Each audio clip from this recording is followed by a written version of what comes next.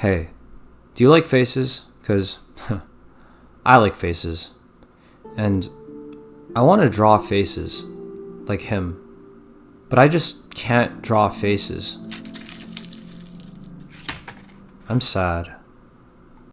I give up.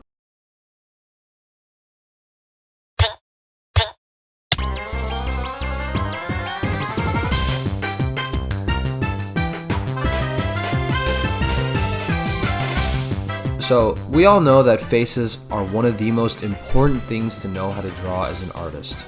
But over the next 30 days, I'll be going to visit my relatives in China whom I haven't seen in over a decade. And since we can't allow this valuable time to be wasted, I set a last-minute goal for myself before I left: to master drawing faces. So here's the challenge. Over the next 30 days, we're going to draw at least 100 faces over the entire trip, learn to draw a face from any angle in perspective without reference, and finally, being able to capture the likeness of a character while drawing them in a different angle. And by the end, we will test our understanding by drawing a select character head in all angles from imagination, only allowing one image of the character to be used as reference for their unique facial features and proportions. Wait. Learning to draw faces from imagination in 30 days? Are you sure you aren't setting yourself unrealistic goals? It's a lot more possible than you might think, and I'll show you exactly how I did in this video. Disclaimer, I am not claiming that if you've never drawn a face in your life that you'll suddenly master faces over 30 days. I'm simply going to show you what I did to learn how to draw faces from imagination, along with the specific training regimen that I used to get there. So feel free to follow along. Interested? Good, let's begin.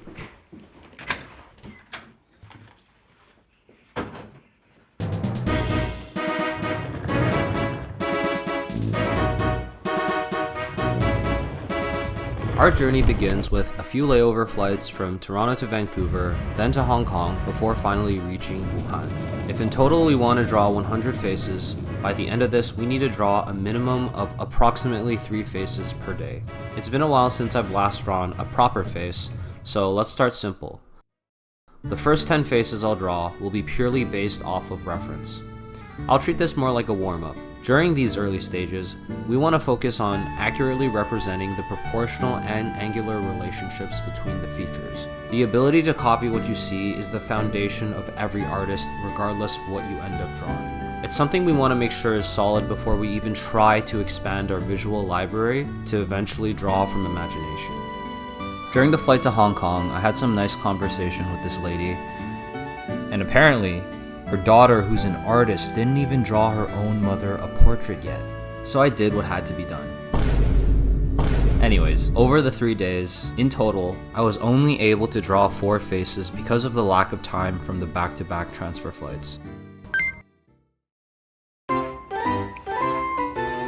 By day 4, we finally settled down at my uncle's place, and I was already very exhausted. But there are still a lot of things we had to do, including getting our IDs sorted out, paying my grandparents a visit, and also seeing a bunch of family friends and relatives. This meant that over the next 2 days, I did not have much time to draw at all, and by day 5, I was only able to squeeze in 1 face with the remaining time I had. This isn't the start I was hoping for. If we've only drawn a total of 5 faces, by day 6 we are supposed to have 20 faces done, which will put us 15 faces in debt. At this rate, we wouldn't even be able to reach half the goal. I needed to step it up. With the impending realization of how far I was already falling behind, I just knew I had to turn my freak on and lock in. So I woke up bright and early to immediately finish the remaining 5 out of the 10 warm-up face studies, and did an extra detailed one just for fun. Finally, I was beginning to feel more warmed up. But what now? For the next 10 faces, we're going to up the difficulty. And to do that, we want to do applied studies. Here's the approach I came up with. So we're going to draw 3 faces for each angle. The first face will be following the reference, not to copy it one-to-one, but to draw it based on the underlying structure. The second face will be using the first face as reference and trying to vary the angle just a little bit, but feel free to change the subject's features and proportions to add variety. And the third and final face would be completely without reference, using what we just learned from the previous drawings to construct a face from scratch and using basic guidelines for the structure of the head. And then, once you're finished, look back at the original photo reference as a guide to fix your third drawing and learn from what you did wrong. As you can see, I'm still far from drawing faces from imagination. And it's completely normal to struggle at this stage like I did, but it's always better to challenge yourself than being complacent and drawing what you already know. Let your failures guide you to show you what needs to be improved. Plus, this would be a great benchmark to compare to once we've improved. Now, real quick, I thought I'd include a 1-minute lesson for those who are a little newer to constructing heads, but feel free to skip ahead if you don't care.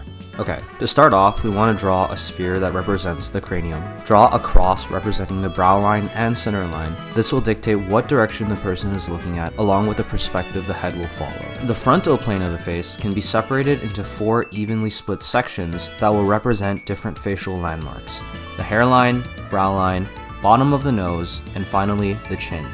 Obviously, there will be variations between people, but generally speaking, this is pretty accurate. You can separate the plane between your temple and forehead with a circular plane. You can think of the front of the face like an Iron Man mask.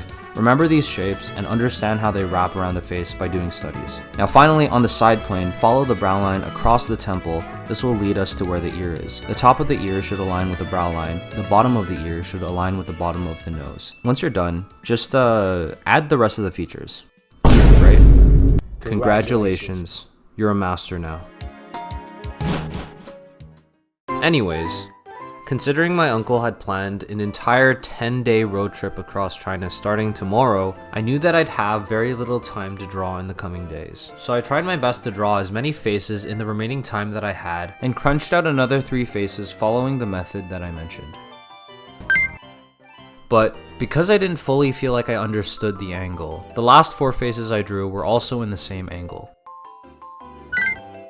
And after completing the previous 10 faces, I realized I wasn't even sure which angles I needed to study the most. I was directionless. This is all a result of my poor planning, since this was kind of a last-minute challenge. My understanding of faces was still far from perfect, and I felt lost. Were the first 20 faces I made a waste of time? Doubts began to creep up in my mind. Clearly, there's still a lot I need to improve.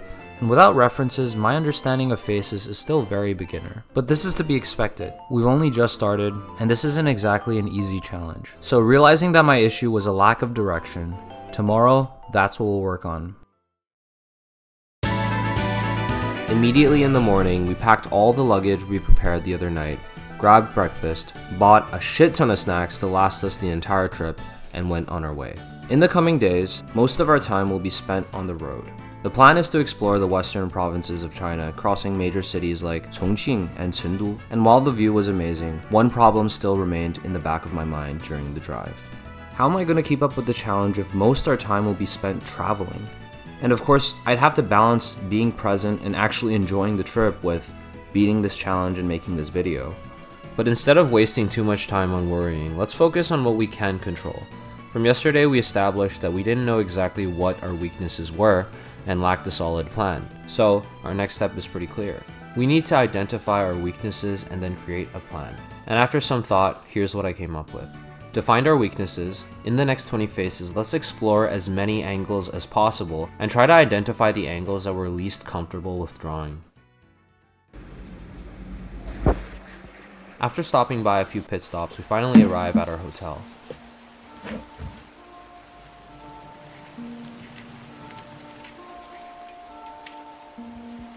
It was a long day and there were many more to come. But with the remaining time I had, I managed to draw 2 more faces before winding down and going to bed.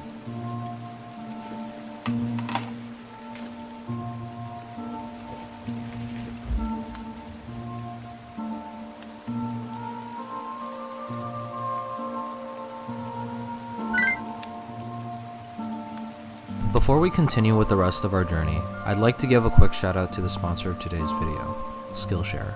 I've been realizing more and more lately how valuable the skills outside of art can be, whether it's learning how to film yourself, scripting a video, or editing. Especially since we're nearing the end of the year, there's no better time to invest in the skills you've been meaning to learn. And Skillshare is a great place to start. Skillshare is one of the largest online learning communities for creatives, with thousands of classes led by industry experts across a wide range of fields, including but not limited to film, design, and productivity. A class I've really enjoyed is Ali Abdal's class on productivity for creators, where he goes over the systems and strategies to better manage your time, attention, and ideas. But regardless of what skill you're after, Skillshare is a great platform to pick up new interests and hobbies and explore what you're really capable of. So if you're interested and want to support this channel, I have a link in the description for the first 500 people to get a 1-month free trial on Skillshare. So thank you Skillshare for the sponsorship, and let's continue with the video. Today is an exciting day. We'll be arriving at the beautiful city of Chongqing, a city built on steep terrain and known for its vibrant nightlife. As soon as I arrived in the city, there was a building I knew I had to check out.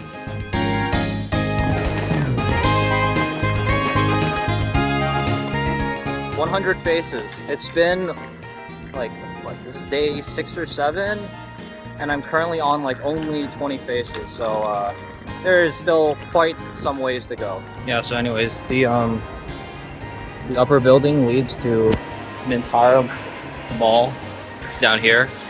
But yeah, we were literally just up there.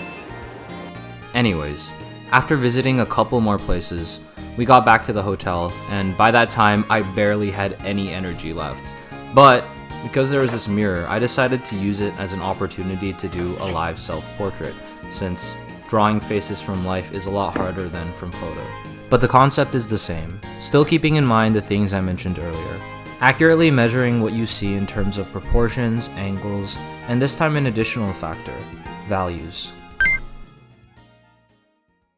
And as quickly as we came, we had to leave immediately. We were on a tight schedule and there was no time to spare. The city was covered in fog this morning, and we had a long drive ahead of us. By the time we finally arrived at our destination, it was already dark, but I had managed to draw a few heads along the way.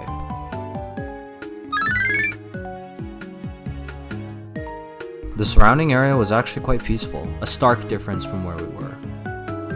And by the time we came back to our hotel, it was already 9 p.m. But I knew that if I even wanted a chance at learning how to draw faces from imagination in 30 days, I had to do more than just hit a quota of 100 faces, and considering I already slacked off yesterday, we needed to lock in. I really enjoyed this nice lounging area in the hotel. It was very peaceful, but eventually we had to get ready for bed.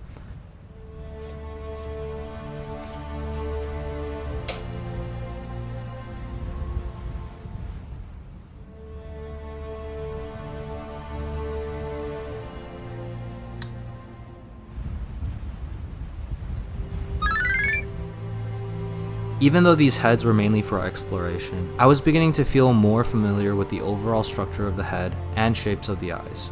But after drawing so many faces from different angles, I noticed something pretty interesting. All the facial features are their own forms that we need to understand outside of the overall head structure.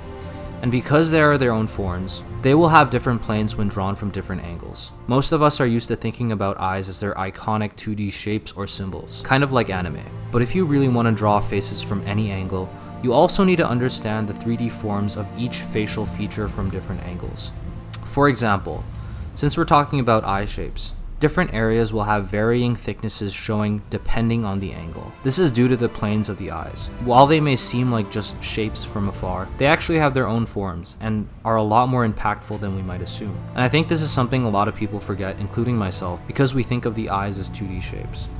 Anyways, with these new revelations, I was beginning to feel more confident about our goals.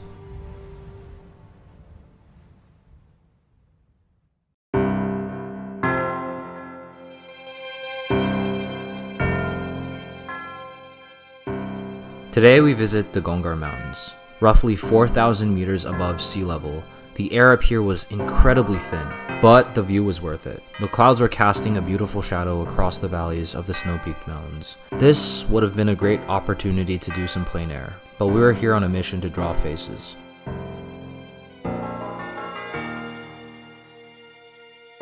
We came back to take a breather before hitting the road again, and I took this opportunity to draw 8 more faces.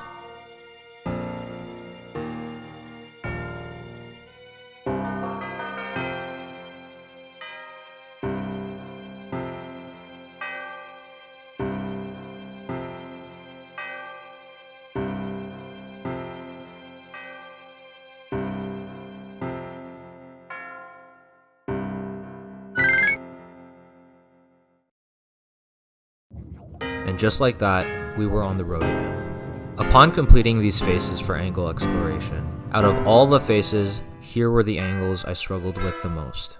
Turns out, my understanding of the structure was overwhelmingly bad when it came to the 3/4 angles with some form of up or down tilt. I was still unfamiliar with the eye, nose, and especially jaw forms in those angles. Okay, cool. Now we finally have a direction to start with, and we're already at the 50-point mark. I don't know if that's a good or bad sign, but it's something. Moving forward, let's take it one angle at a time and do 10 studies dedicated to each angle I'm weakest at, and then we can go from there. We had some buffalo hot pot for dinner before arriving at our hotel.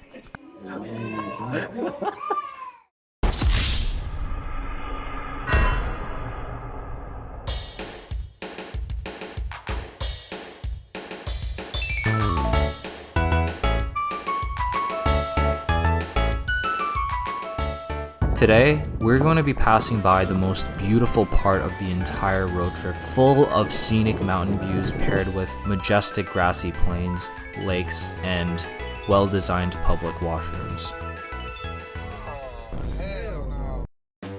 Yeah, so anyways, after identifying our weaknesses from yesterday, the next step was pretty clear. Starting with 10 faces at a 3/4 angle with down tilt, our first few faces out of the 10 will be structure studies based on photos. And after that, for the rest of the faces, we'll apply what we learned by using the knowledge gained from the structure studies as reference. The rest of the faces will be drawn in the same angle or adjacent angles to really test our understanding. This angle in particular was an interesting challenge. For a long time, I struggled with placing the far eye in the right spot.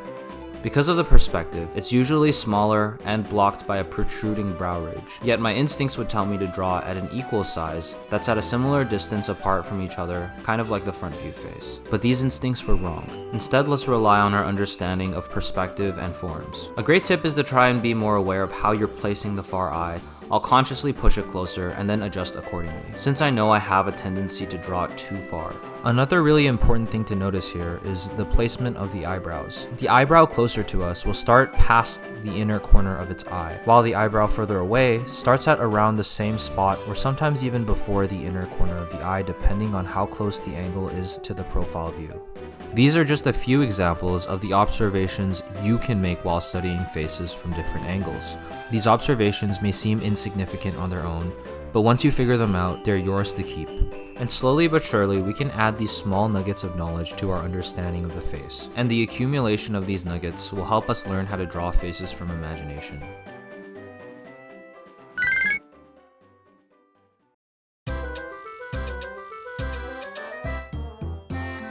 For dinner, we arrived at this cozy restaurant that also served coffee, which probably wasn't the best idea to have for dinner, but we're here for the experience. I also got to meet this cute little guy.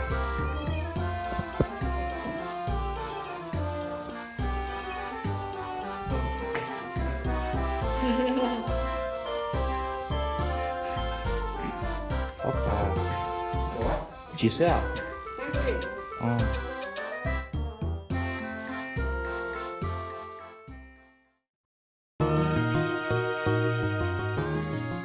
Considering it's day 12, we've already passed a third of our way into this challenge. And even though we were making progress on 100 faces and learning to draw them from imagination, there's still quite a ways to go, considering the third part of our challenge was to be able to capture the likeness of characters' faces.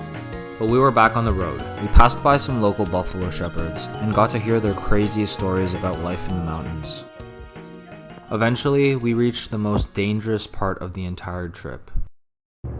This road was on a high cliffside with many twists and turns, and only a small guardrail that probably won't save you if you drove into it. But the scarier part is that on this road, you'd be constantly at risk of random falling rocks, so regardless of how careful you drive, if you were unlucky enough,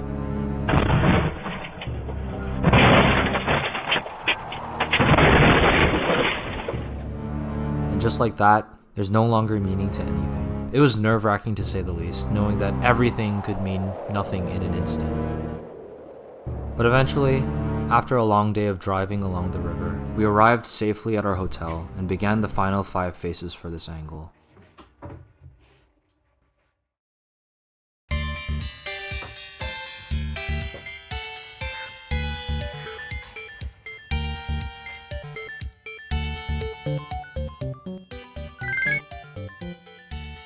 Now that we've completed 10 faces in this angle, I had made a couple of realizations. I had set my goal of drawing 10 heads looking down at a 3/4 angle without realizing there's another factor I forgot to account for.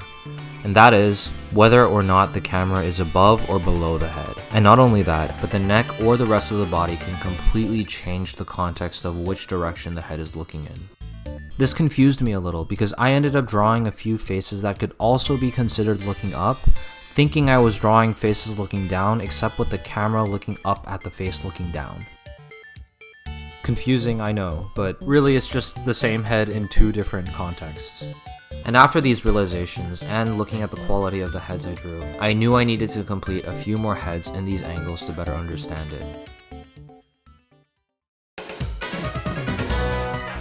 The very next day, we take a quick stroll around Mount Sigunyang, another beautiful mountainous region, before passing by to see some pandas along the way. Come on, Cora! We all deserve a little rest and relaxation. And then finally arriving at a city called Wenchuan.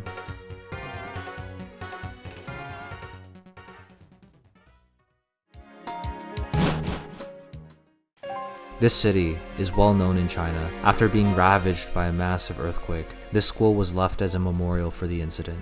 The students crushed by the rubble couldn't be saved in time and were presumed dead, still buried here to this very day. Another grim reminder to be grateful of what we have and to make the most of life while we're still here. The entire city was oddly peaceful, but with an added sense of eeriness and dread.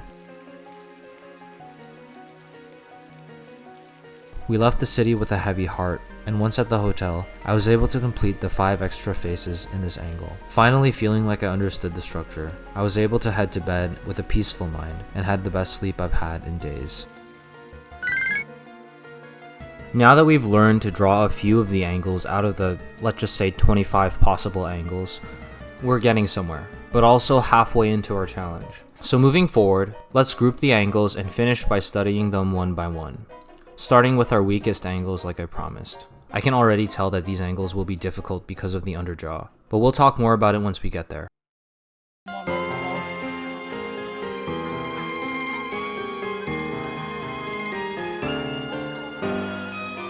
Today is actually going to be one of the busiest days so far. Passing by some tourist attractions, and after a long drive, we end up arriving in Chengdu in the evening, another big city. This place is known for having a culture of taking things slow and finding enjoyment in the finer things in life. Oh my god, that shit made me fucking... We visited one of the busiest streets.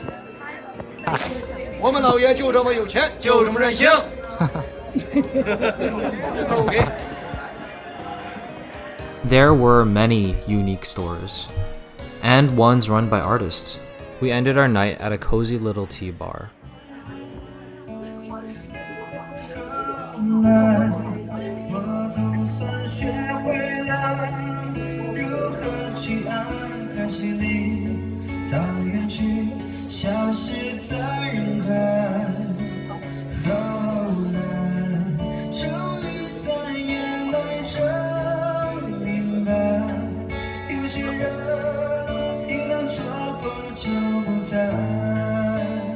And once we got back, I was eager to start on the next angle.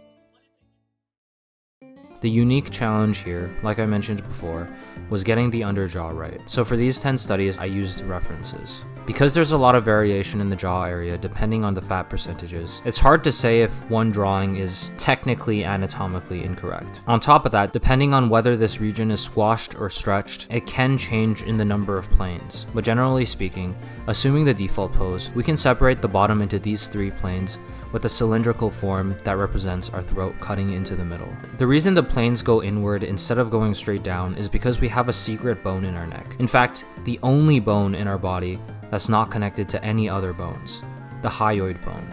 It is because of this bone that we have an extra plane under our jaw. So I completed the next 7 faces, trying my best to consciously keep these planes in mind.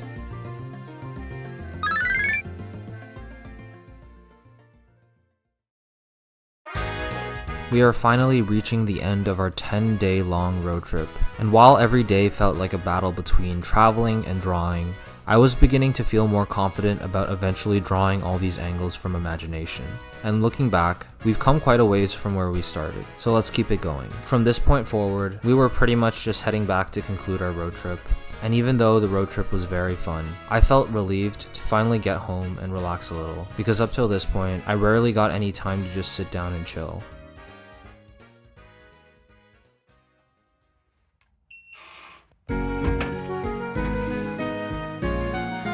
Once at the hotel, I drew another 8 faces at a 3/4 angle looking up. And one of the biggest things I learned is this: since we're looking up at the face in this perspective, we'll be seeing less of the forehead. And I struggled a lot with this because in the past, whenever I approached this angle, I would proportion the forehead the same amount of distance as I would for the front view face, and it would look either like a really big forehead or just in the wrong perspective. On top of that, the plane is also ever so slightly tilted upwards, and if the person has a protruding brow ridge, we'll see even less of the forehead. In these next 2 days, we finally conclude our road trip, traveling a total of 2,000 kilometers and drawing a total of 78 faces over the span of 17 days. We've come a long way from where we started, and we are well on our way to reaching 100 faces before the 30-day mark.